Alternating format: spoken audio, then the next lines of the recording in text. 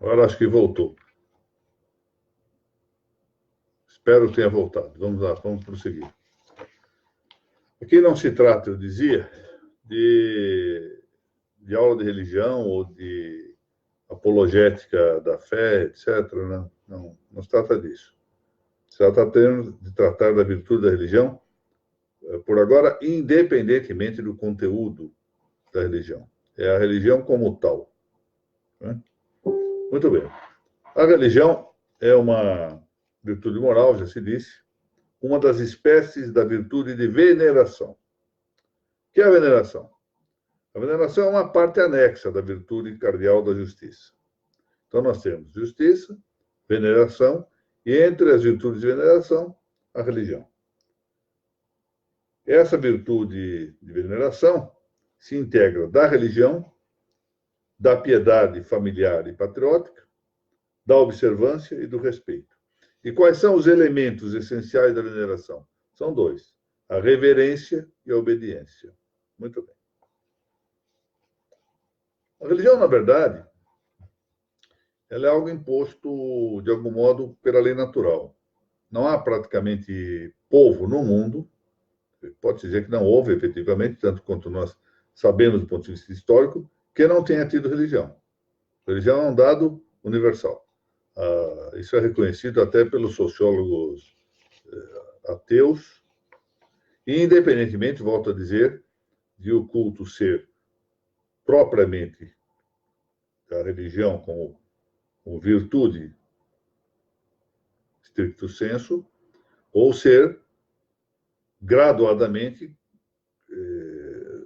próprio das religiões, volto a dizer, gradualmente deficitárias, umas mais, outras menos deficitárias. Algumas são manifestamente superstições, são manifestamente idolátricas, outras são um pouco menos. A virtude como tal é uma. Então, ou seja, em rigor, não pode haver mais do que uma religião, uma virtude, a virtude perfeita dela. E outras podem ser mais ou menos próximas dessa virtude.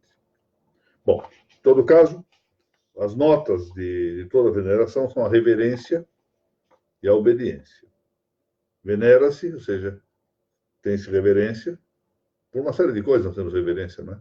Não é só no plano religioso, nós temos reverência pelos símbolos da pátria, devemos ter obediência, o obséquio da lei, a observância da lei, etc.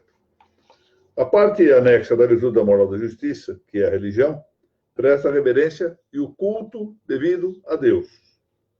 Essa expressão muito bonita da Suma Teológica de São Tomás de Aquino, religio erque Deo debitum cultum aferte, ou seja, é que a Deus oferece o culto. E o seu ato essencial se chama de devócio. Mas o devócio, aqui, essa expressão devócio e devotionis, de terceira declinação, é um termo latino que, no vernáculo correspondente, ou seja, no latim e no português, não expressa bem. Qual é o vernáculo? Devoção, né? O nosso vernáculo. Devoção. Não expressa bem o vigor e a profundidade do conceito. Devócio, propriamente, não é o que nós dizemos assim, a devoção de alguém, alguma coisa, não. Devócio, em sentido próprio, não é uma atração meramente pelas coisas divinas. Ou assim, eu tenho devoção à música clássica, eu tenho devoção à música popular, eu tenho devoção ao estudo disso, aqui, não. Devócio, nesse sentido, é o oferecimento da própria pessoa e de sua subordinação a Deus.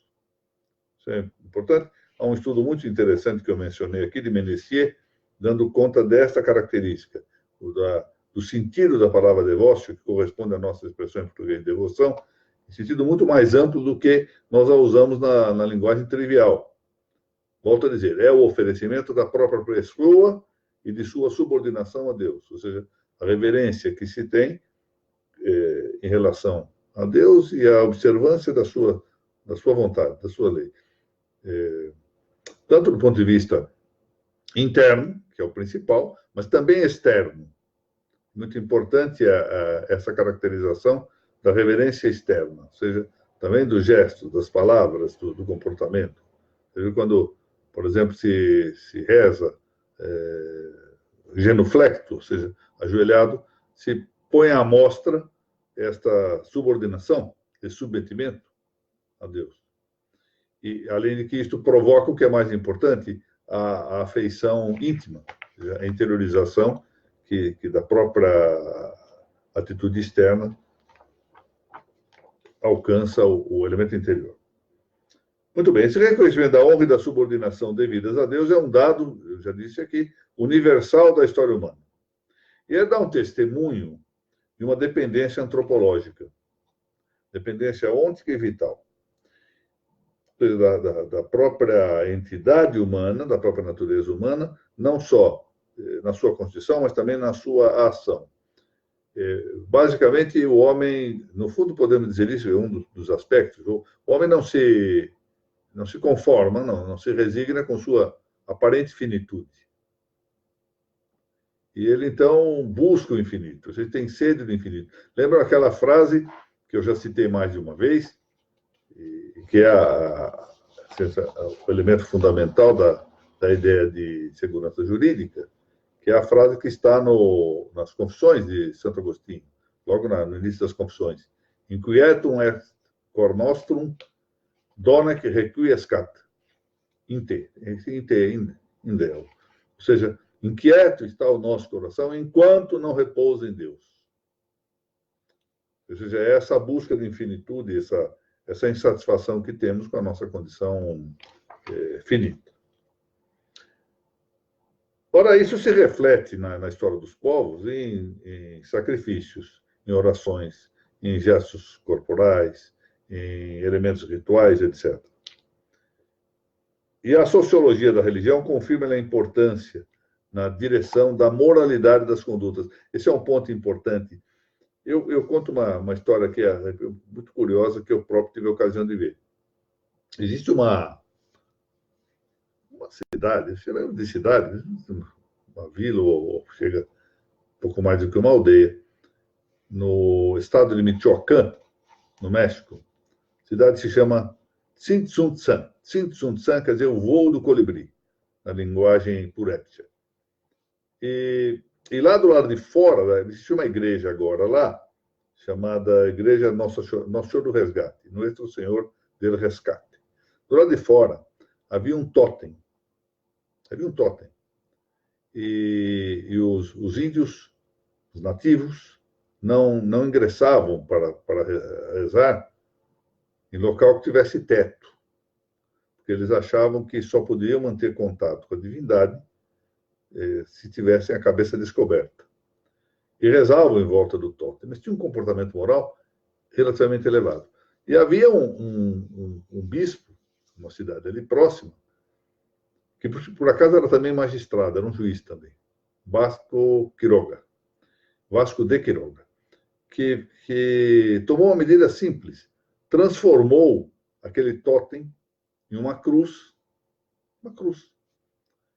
E de maneira que ele aproveitou com a pedagogia assimilativa o costume dos índios, fez um altar do lado de fora do prédio da igreja e começou a celebrar ali.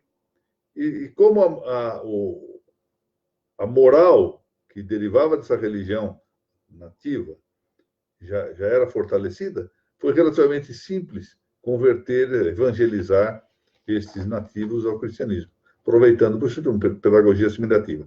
É porque, que em geral, é claro que não todas, mas em geral, as religiões dão uma certa base de natureza ética. Né? Elas não são dissociadas de condutas que se voltam ao bem. Portanto, a sociologia da religião, como eu disse, confirma a importância na direção da moralidade das condutas, dos comportamentos. E eu estou citando aqui um livro, cuja leitura eu recomendo muitíssimo. Essa é uma tradução já para o português, antiga tradução. Esse livro deveria ser reeditado, mas seguramente se encontra na Amazon, na estante virtual. É um livro de um autor russo, Petrin Sorokin, era um judeu russo, que participou da Revolução Russa. Ele fazia parte do primeiro ministério do governo que depois do czar. Depois ele fugiu para os Estados Unidos e ali foi lecionar e escreveu esse livro, The American Sex Revolution, que é de 1956, que, como eu disse, já foi traduzido para o português, em que ele põe à mostra exatamente isto, que o comportamento, a conduta moral das sociedades é extremamente dependente da boa formação religiosa, da presença da religião. Isso não depõe contra o fato de que, em muitas situações históricas, a idolatria, a alteração do culto legítimo, práticas supersticiosas, deturparam a reverência e o culto devido a Deus. De fato, se nós formos lá ao Antigo Testamento, vamos ver numerosos episódios dessas deturpações. E é exatamente a falta de observância desta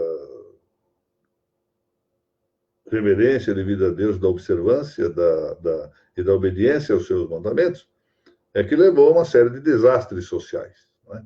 Lembremos-nos aqui não só a expulsão do paraíso, depois a situação do casamento de Sete, filho de Adão, com uma...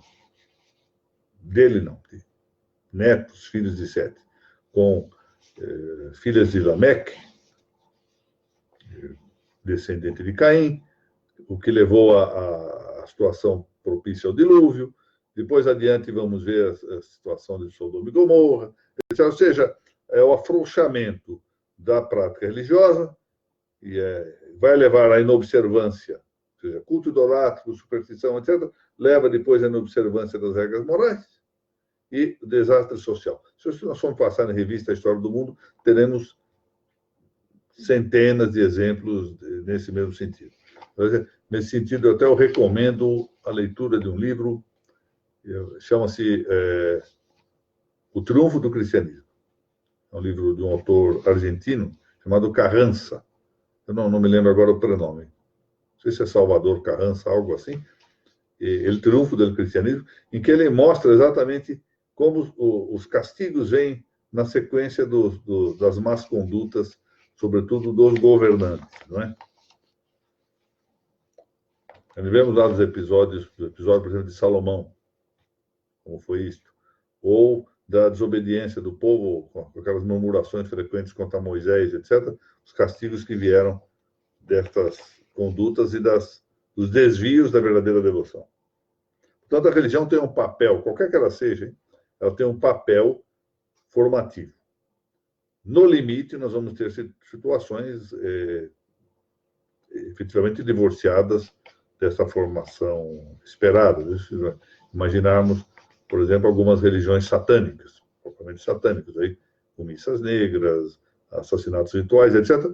Isto, claro, que leva a comportamentos contramorais, né? Imorais. Mas, se nós considerarmos o conjunto maior das religiões, elas sempre têm um papel de formação relevante no plano ético. Não faltarão, ao longo da história da humanidade, episódios em que muito graves condutas sociais derivarão de deturpações na honra e culto devidos. Então, estão aquelas coisas que eu mencionei. Estou indicando novamente aqui Sodoma e Gomorra, ou modernamente, os sacrifícios humanos promovidos por Montezuma.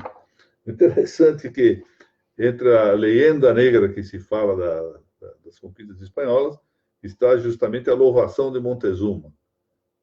Há alguns autores contemporâneos que acham que a Espanha fez mal em colonizar o México, que era melhor deixar Montezuma fazer o que fazia, sacrifícios humanos às divindades pagãs. É sendo embora de todo certo que a veneração deve destinar-se a um só Deus, porque não é possível haver mais do que um Deus, ainda que dentro do cristianismo devemos dizer que um Deus em três pessoas, mas um só Deus. E sob uma única razão, como se diz aqui muito bem nessa expressão latina, uni Deo, secundum unam rationem, o fato é que, ordinariamente, a religião, ainda quando se dissocie do débitum veridicum, porque o débito verdadeiro é em relação ao Deus verdadeiro, não pode haver um débito em relação ao Deus falso. Quando os hebreus se devotavam ao bezerro de ouro, é evidente que eles não estão devotando ao Deus verdadeiro. é idolátrico. Existe um só débito verdadeiro. Qual o débito verdadeiro? Em relação a Deus, ao Deus verdadeiro, Deus único, não pode haver mais de um Deus. E por isso, ainda quando a religião não seja o culto deste débito verdadeiro, ou seja, não corresponda a este débito verdadeiro, ela tende, como eu disse, muito frequentemente, em maior ou menor medida, preservar os valores morais. Daí a importância de nós indicarmos a religião como uma virtude própria da moralidade pública. Porque, para dizer aqui numa linguagem econômica, estatisticamente a religião favorece a moral pública. E com isso, terminamos a aula de hoje. Vamos ver quem eu quero cumprimentar aqui, novamente o doutor Hilário Lula, grande advogado aqui em São Paulo, especialista em direito registral e notarial, e sempre presente aí nas aulas de maneira muito simpática. Eu agradeço muito. Novamente cumprimento o doutor Pedro, a doutora Fabiana Zampronha Martins, a Mônica Della Vecchia, Thaís Castelo Branco, acadêmica lá no Maranhão, Flávia Ilka Terzian, que agora deixou São Paulo e trabalhava como pesquisadora do Tribunal de Justiça, minha estimada aluna e amiga, hoje vivendo lá na grande cidade de São José do Rio Preto, doutor Maurício Marques Canto Júnior, vamos ver quem eu encontro mais aqui. Doutor Eduardo Amadei, doutora Sônia Batista, Laura Porto. Sônia é uma moça de grande valor, muito dedicada. Laura, das melhores alunas que temos aqui. Doutora Eliana Rodrigues. Doutor Fausto Mota, muito dedicado também, agradeço muito a presença. Muito bem. Aqui só apareceram esses nomes. Depois, interessante que eu saio da página e aparece uma lista de gente que estava aqui e a quem eu fico faltando mencionar. Eu peço desculpas, mas nem todos aparecem aqui para os meus cumprimentos. Muito bem, voltamos, se Deus permitir, na semana que vem, para uma nova reunião sobre o direito notarial, aqui incursionando por temas muito, muito relevantes e que normalmente não são tratados por aqueles que cultivam, como devem cultivar, essas nossas disciplinas do direito do notariado e do direito registral. Muito obrigado a todos e até a semana que vem, se Deus permitir.